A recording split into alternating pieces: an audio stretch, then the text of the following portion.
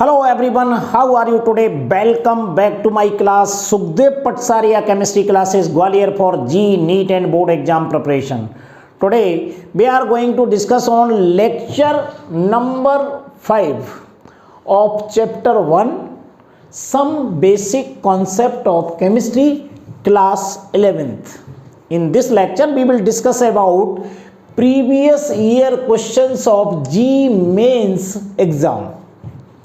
This lecture is very important for those students who are preparing for G or NEET with 12th class. So let's start without delay. What kindly request to you, please like, share and subscribe my channel. तो चलिए आज की इस series में मैं आपको lecture number 5 की बात करते हैं। जरा देख लीजिएगा।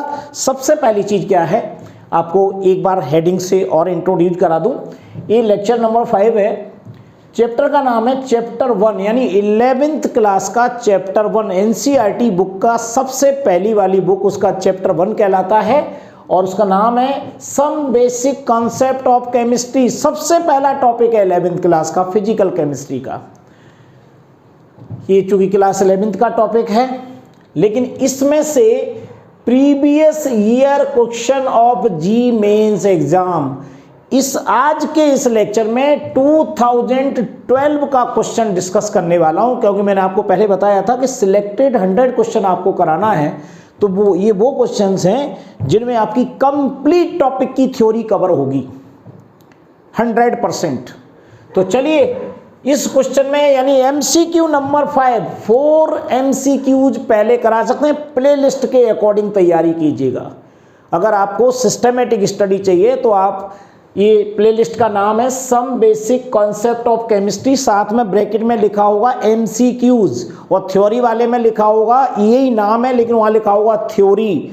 तो इस टाइप से आप प्लेलिस्ट के अकॉर्डिंग ही बच्चों तैयारी करें, इससे आपका पूरा सिलेबस साल भर में कंप्लीट हो सके।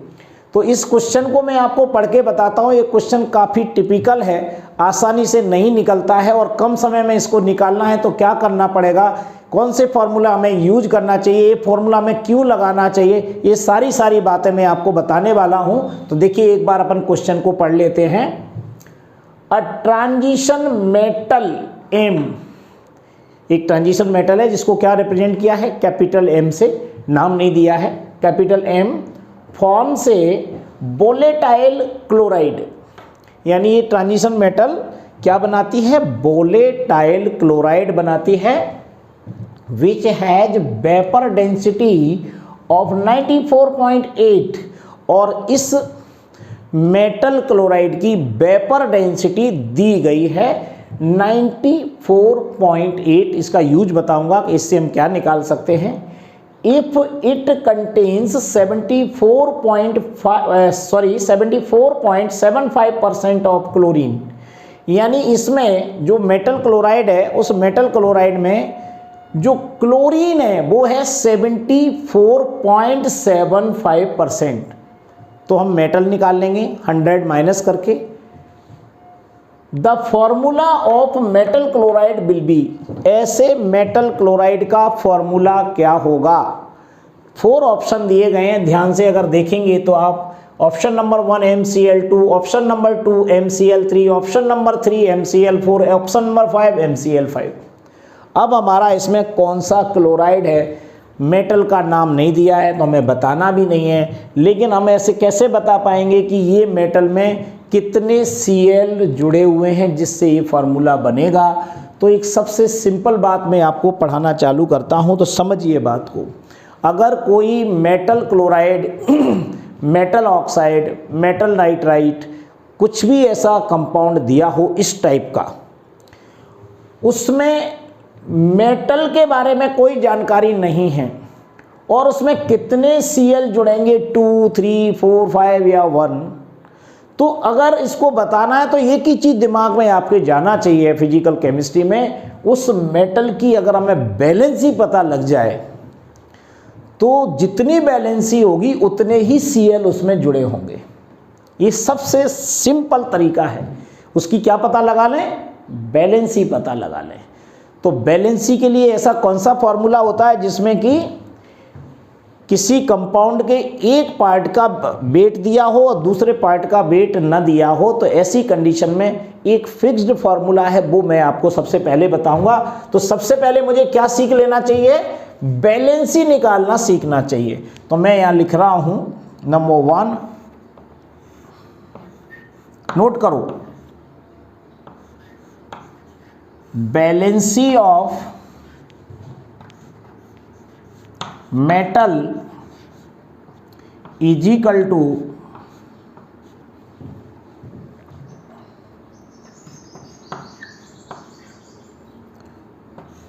Molecular weight of metal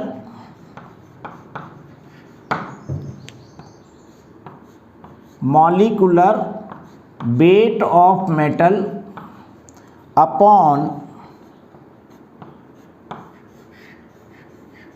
equivalent weight of metal plus, और प्लस क्या आ जाएगा इसके साथ में? प्लस 35.5, ये हमारा क्लोरीन का एटॉमिक वेट होता है। ये फॉर्मूला है किसी भी मेटल हैलाइड में मेटल की बैलेंसी अगर पता लगाना है तो हमें ये फॉर्मूला आना चाहिए, molecular weight of metal upon equivalent weight of metal plus 35.5। इससे हमारी बैलेंसी निकल आएगी। लेकिन जब आप इस फॉर्मूले को लगाओगे तो आपके दिमाग में आएगा कि मॉलिक्यूलर वेट कैसे निकालें, राइट? मैं आपको मॉलिक्यूलर वेट निकालना अभी सिखाता हूं। इसका भी आपको एक फॉर्मूला है, बड़ा सिंपल, ऊपर याद कर लीजिए। Molecular weight is equal to weight of metal, लिख दूं, molecular weight of metal is equal to 2 into vapour density, vapour density. ये देखिए वेपर डेंसिटी इस न्यूमेरिकल में दी गई है 94.8, तो इससे हम मॉलिक्यूलर वेट निकाल लेंगे, राइट? कोई दिक्कत नहीं है। अब आप एकदम कहोगे सर इक्विवेलेंट वेट कहाँ से निकालें, तो वास्तव में इक्विवेलेंट वेट भी इसमें नहीं दिया हुआ है, कोई बात नहीं है। हम इक्विवेलेंट वेट निकालने का भी आपको एक फार्मूला बता देते हैं। तो इक्विवेलेंट वेट निकालने का एक फार्मूला यहाँ तैयार कर लीजिए, वहाँ कर लो या नीचे कर लो, नीचे कर लेते हैं। ये रहा हमारा equivalent weight of metal is equal to, यहां पर आपको दिमाग लगाना है, तो यहां पर हमें मालूम होना चाहिए wait of metal upon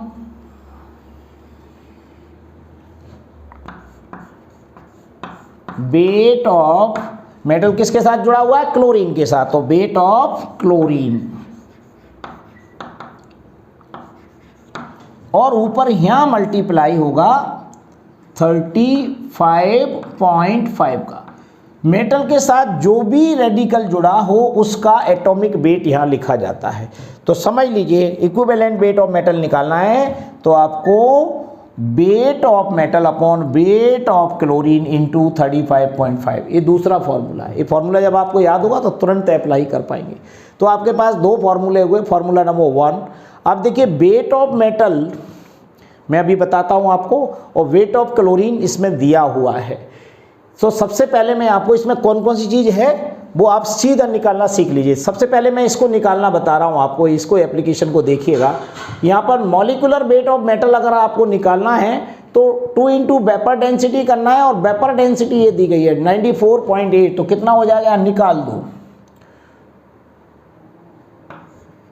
molecular weight is equal to 2 into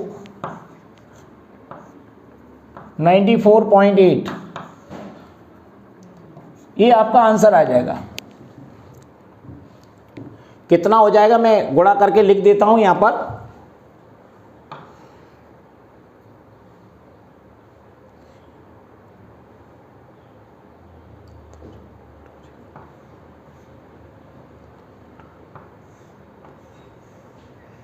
ये आ रहा है 189.6। देखिए ये निकल आया, कोई दिक्कत आई? ये काम आपको खुद ही करना है, यहाँ पर मैं आपको बता दिया है। तो ये आ गया 189.6 मॉलिक्यूलर वेट। किसका आ गया? मेटल का मॉलिक्यूलर वेट आ गया। तो सबसे पहले हमारे पास मॉलिक्यूलर वेट निकल आया। इक्विवेलेंट वेट को पहले निकाल लेते हैं, इससे इस फॉर्मूले में रखेंगे। तो वेट ऑफ मेटल कहाँ से आएगी? वेट ऑफ मेटल निकालने के लिए आपको एक फॉर्मूला और बता रहा हूँ। देखिए वेट ऑफ मेटल कैसे निकालेंगे? वेट ऑफ मेटल, इसमें क्लोरीन का यानी Mx, ये देखिए क्लोरीन का वेट दिया हुआ है 74.75, यानी MCl में Cl का दिया हुआ है तो परसेंट में दिया है, तो 100 में से हम इसको माइनस कर देंगे तो हमारा मेटल का वेट निकल आएगा। सिंपल सी बात है। तो weight of metal is equal to 100 minus ये वाला लिख दीजिए 74.75। कितना आंसर आ जाएगा? ये आंसर आ जाएगा 25.25। ये आपका आंसर आ गया। तो देखिए ये वेट ऑफ मेटल निकाल दिया आपने। तो यहाँ पर वेट ऑफ मेटल भी हमारे पास हो गया। वेट ऑफ क्लोरीन हमारे पास है, दी गई है 74.75, इससे मल्टीप्लाई कर देंगे, हमारा आंसर आ जाएगा। तो चलो लिख लेते हैं इसको। कैसे लिखेंगे? Equivalent weight of metal, equivalent weight of metal is equal to, weight of metal कितना आ गया?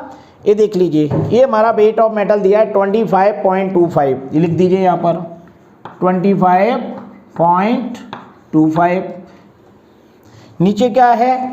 वेट ऑफ क्लोरीन, ये दिया हुआ है 74.75, 74.75 मल्टीप्लाई कितना करना है? 35.5 से। ये आपका इतना सा आपको करना है। जब आप इसका गुणा भाग करेंगे तो आपका आंसर यहाँ जो आएगा वो आने वाला है equivalent weight is equal to, लगभग आता है 11 पॉइंट कुछ के 12 मान लीजिए। ये आंसर जो आप करेंगे गुणा भाग इसका, वैसे ये कट जाते हैं, इससे 3 बार में ये कटेंगे, 3 का भाग 35.5 में देंगे तो ये लगभग 12 के आसपास आएगा, यानी 11.89 समथिंग आएगा। तो आप उसे 12 मान सकते हैं। तो इक्विवेलेंट वेट कितना आ गया? 12 आ गया। आप कैलकुलेटर से भी करेंगे तो एक्यूरेट निकल आएगा, पॉइंट में वैल्यू आएगी। तो आपने जब ये इक्विवेलेंट वेट निकाला, इसकी वैल्यू काय में रख दो? बैलेंसी निकालने में। तो यहाँ पर मॉलिक्यूलर वेट ऑफ मेटल कितना है? ये देखिए, फिर दोबारा यहाँ आगे चलूँगा मैं। अब मुझे बैलेंसी निकालना है। Valency of metal is equal to molecular weight of metal कितना निकाला? अभी दिखा था 189.6। ठीक है। नीचे क्या है? Equivalent weight of metal. Equivalent wait हमने ये निकाल लिया है तो नीचे 12 आ जाएगा। साथ में इसमें क्या दिया हुआ है? प्लस 35.5, वो यहाँ लिख देंगे 35.5। इन दोनों को जोड़ करके इससे डिवाइड कर दीजिएगा। तो आपका जो आंसर इसमें आएगा valency of metal is equal to, ये आपकी आने वाला है आंसर 4। करके देख लीजिए, ये आंसर कितना आ जाएगा? वैलेंसी 4 आ जाएगी। ये भी 3.99 समथिंग निकलता है, तो ये भी आप इसको 4 मान लेंगे लगभग के बराबर। तो अब आपका आंसर बैलेंसी मैंने निकालना यहाँ से सीख ली 4। बैलेंसी कैसे निकाली? हमने इक्विवेलेंट वेट इससे निकाल लिया, बैलेंसी इससे निकाल दी, और जितनी बैलेंसी होती है उतने ही उससे Cl जुड़े होंगे। तो जब बैलेंसी 4 आ गई तो यहाँ पर हमारा कौन सा आंसर होना चाहिए? Option is 3 is correct, MCl4। So correct answer is MCl4। तो आंसर अपना क्या हो जाएगा यहाँ पर? MCl4। तो इसमें first is not correct, second is not correct, fourth is not correct, so third is correct answer. ये आपका G मीन्स 12 का क्वेश्चन है, समझ लीजिए 10 साल पुराना क्वेश्चन है और उसका स्टैंडर्ड ए था। कुछ नहीं कह सकते कि 2022 में जो क्वेश्चन आया है वो ज़्यादा हार्ड होगा या 20 ईयर पुराना क्वेश्चन है वो हार्ड होगा। डिफरेंट टाइप के क्वेश्चन आते हैं। हमें कम से कम 25 to 30 ईयर्स के सारे क्वेश्चंस को फॉलो करना चाहिए, हर तरीके की नॉलेज आपको हो जाएगी। और कोई ज़्यादा नहीं होते, टोटल क्वेश्चंस मैं काउंट किए थे लगभग 3000 क्वेश्चन 11th और 12th के मिला के होते हैं। और आसानी से हम साल भर में तीनों सब्जेक्ट के physics plus chemistry plus mathematics, आप अगर 2-2 घंटे भी अगर वर्क करते हो, थोड़ी सी थ्योरी को रिवाइज करके केवल क्वेश्चंस को जल्दी लगा लेते हो, तो आपका सिलेक्शन टॉप लेवल पर हो सकता है। तो आपको ये क्वेश्चन मैं किसी टाइप की भी कोई परेशानी आए तो मुझे कमेंट सेक्शन में बताइए, लेकिन आपको मैं एक बार रिव्यू दे दूं एक 30 सेकेंड में कि केवल हमें बैलेंस ही निकालना सीखना है और उसके लिए ये फॉर्मूला है। बैलेंसी के अंदर आपको जो चीज़ वैल्यूज नहीं दी गई हो वो हम उससे निकालना है। इक्विवेलेंट वेट ऑफ मेटल से आपका दूसरा फॉर्मूला है। तीसरा वेट ऑफ मेटल निकालना है, तो मैंने परसेंट दिया था क्लोरीन का, तो ये मेटल निकल आती है 100 में से क्लोरीन को माइनस कर दिया तो ये हमारा मेटल का वेट निकल आया। मॉलिक्यूलर वेट अगर नहीं दिया है तो उसने वेपर डेंसिटी दे दी, तो molecular weight is equal to होता है वेपर डेंसिटी, इससे हमारा मॉलिक्यूलर वेट निकल आया। तो इस टाइप से बैलेंसिंग करके आप आसानी से सवाल को समझ सकते हैं। मैंने पूरा सॉल्व किया है। जब आपको ये आने लगेगा तो आप इसे आसानी से 1 से 1.5 मिनट में कर लेते हैं। बिल्कुल मैं कन्फ्यूजन नहीं समझता हूं कि मैं 1 से 1.5 मिनट बोलता हूं, आपको लग रहा होगा सर इतना बड़ा किया है। ये मैं जरूरी थोड़ी है कि मैं ये फॉर्मूले वहां पर लिखूंगा, मुझे तो याद होंगे ना, तो डायरेक्ट मैं वैल्यू रखूंगा और अपना दिमाग लगाऊंगा। काट पीट करने में भी मुझे पूरा थोड़ी निकालना, दिमाग लगाऊंगा। देखिए इधर काटूंगा तो ये 3 बार कट जाएगा और इससे ऊपर मल्टीप्लाई कर दूंगा तो 12 3 36, 12 3 36, ये वाला आंसर आ जाएगा।